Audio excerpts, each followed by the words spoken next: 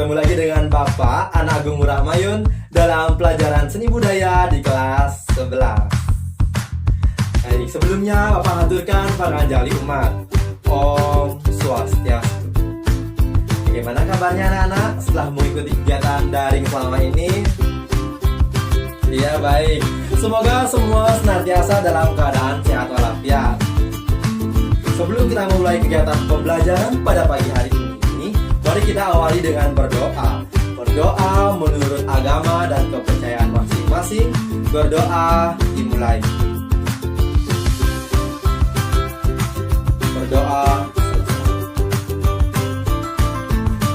Terima kasih Bapak ucapkan kepada anak-anak kelas 11 MIPA dan kelas 11 IPS karena sudah sangat baik mengikuti kegiatan pelajaran seni budaya pada materi seni musik, pada materi seni tari. Nah, itu tolong ditingkatkan kembali ya, keaktifannya, kreativitas, dan inovatif terus. Ya anaknya, jangan pernah pantang menyerah. Maka tetap semangat. Ya, baik anak-anak. Pada pertemuan 11 kali ini kita membahas mengenai materi teater pada pokok bahasan seni peran dalam teater modern. Nah, adapun tujuan seni peran dalam teater modern sebagai berikut. Tujuan pembelajaran seni peran dalam teater modern yaitu: peserta didik dapat memahami tokoh dan penokohan. Peserta didik dapat mendeskripsikan seni peran dalam teater modern. Peserta didik dapat mengidentifikasi jenis dan dimensi karakter peran dalam teater modern. Peserta didik dapat mengeksplorasi proses penciptaan seni peran dalam teater modern melalui konsep dan teknik seni peran. Peserta didik dapat memerankan karakter dalam teater modern. Baik anak-anak, di awal Bapak akan menyampaikan teater modern. Teater modern merupakan jenis teater yang tumbuh dan berkembang di tengah keramaian kota dengan adanya pengaruh dari teori barat. Cerita yang dipentaskan bersumber dari sebuah karya sastra atau kehidupan sehari-hari. Nah, di sini sedangkan seni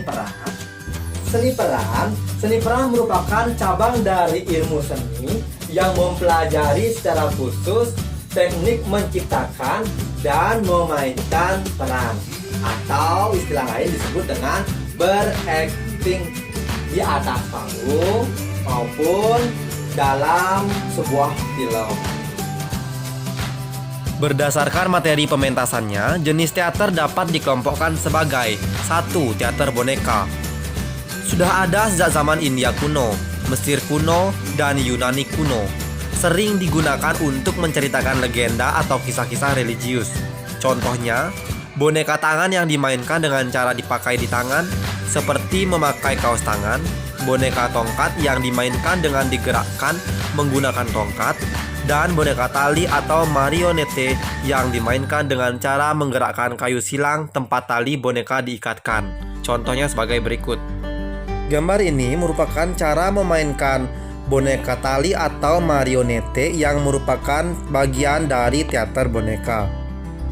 2. Drama musikal adalah pertunjukan teater yang menggabungkan seni menyanyi, menari, dan akting. Drama musikal mengedepankan unsur musik, nyanyian, dan gerak daripada dialog para pemainnya. Disebut drama musikal karena memang latar belakangnya adalah karya musik yang bercerita. 3. Teater gerak merupakan pertunjukan teater yang unsur utamanya gerak dan ekspresi wajah serta tubuh pemainnya. Teater gerak yang paling populer dan bertahan sampai saat ini adalah pantomim. Berikut contohnya. 4. Teater dramatik adalah istilah digunakan untuk menyebut pertunjukan teater yang berdasar pada dramatika lakon yang dipentaskan. Teater dramatik sangat memperhatikan perubahan karakter secara psikologis. Selain itu, situasi cerita serta latar belakang kejadian dibuat sedetail mungkin. 5. Teatrikalisasi puisi adalah pertunjukan teater yang dibuat berdasarkan karya sastra puisi. Karya puisi yang biasanya hanya dibacakan, dicoba untuk diperankan di atas pentas. Karena bahan dasarnya adalah puisi, maka teatrikalisasi puisi lebih mengedepankan estetika puitis di atas pentas. Gaya akting para pemain biasanya teatrikal. Baik, selanjutnya kita akan menuju ke unsur penting dalam proses penciptaan teater. Terdiri dari 1. Lakon atau cerita yang ditampilkan dapat berwujud naskah dan skenario tertulis. 2. Pemain yaitu orang yang membawakan lakon. 3. Sutradara sebagai penata pementasan di panggung. Dan yang keempat, penonton. Dalam teater, tokoh dan penokohan dapat dibedakan sebagai berikut. Tokoh adalah individu yang mengalami peristiwa atau pelaku cerita. Sedangkan penokohan adalah penciptaan karakter antar tokoh. Penokohan juga dapat digunakan untuk membedakan peran yang satu dengan peran yang lain. Baik, sekarang kita akan membahas mengenai tokoh-tokoh dalam sebuah karya dibedakan sebagai berikut. Yang pertama ada protagonis. Protagonis merupakan peran utama yang merupakan pusat atau sentral dari cerita. Protagonis disebut juga sebagai tokoh putih. 2. Antagonis merupakan peran lawan dari protagonis. Antagonis biasanya digambarkan memiliki sifat jahat atau berlawanan dengan tokoh utama atau protagonis. 3. Deuteragonis merupakan tokoh lain yang berada di pihak tokoh protagonis. Peran ini ikut mendukung menyelesaikan masalah yang dihadapi oleh tokoh protagonis. 4. Tritagonis merupakan peran penengah yang bertugas menjadi pendamai atau pengantara protagonis dan antagonis. 5. Foil merupakan peran yang tidak secara langsung terlibat dalam konflik yang terjadi, tetapi ia perlu guna menyelesaikan cerita. Biasanya dia berpihak pada tokoh antagonis. 5. Utility merupakan peran pembantu atau tokoh pelengkap untuk mendukung rangkaian cerita dan kesinambungan dramatis. Biasanya tokoh ini mewakili jiwa penulis. Selain peran atau tokoh, komponen yang berkaitan dengan penokohan dalam teater adalah karakter. Karakter adalah jenis peran yang akan dimainkan. Karakter diciptakan oleh penulis lakon berdasarkan perkembangan tertentu. Biasanya mengacu pada perkembangan pribadi manusia. Karakter dalam teater ada 4 macam, yaitu A. Flat karakter. Flat karakter atau karakter datar adalah jenis karakter tokoh yang ditulis oleh penulis lakon secara datar dan biasanya bersifat hitam putih. Flat karakter biasanya ada pada karakter tokoh yang tidak terlalu penting atau karakter tokoh pembantu, tetapi diperlukan dalam sebuah lakon. B. Round karakter. Round karakter adalah jenis karakter tokoh yang ditulis oleh penulis secara sempurna. Round karakter adalah karakter tokoh dalam lakon yang mengalami perubahan dan perkembangan baik secara kepribadian maupun status sosial. Karakter ini biasanya terdapat pada karakter tokoh utama, baik tokoh protagonis maupun tokoh antagonis. C. Teatrikal. Teatrikal adalah jenis karakter tokoh yang tidak wajar, unik, dan lebih bersifat simbolis. Karakter ini hanya simbol dari psikologi masyarakat, suasana, dan keadaan zaman yang tidak bersifat manusiawi, tetapi dilakukan oleh manusia.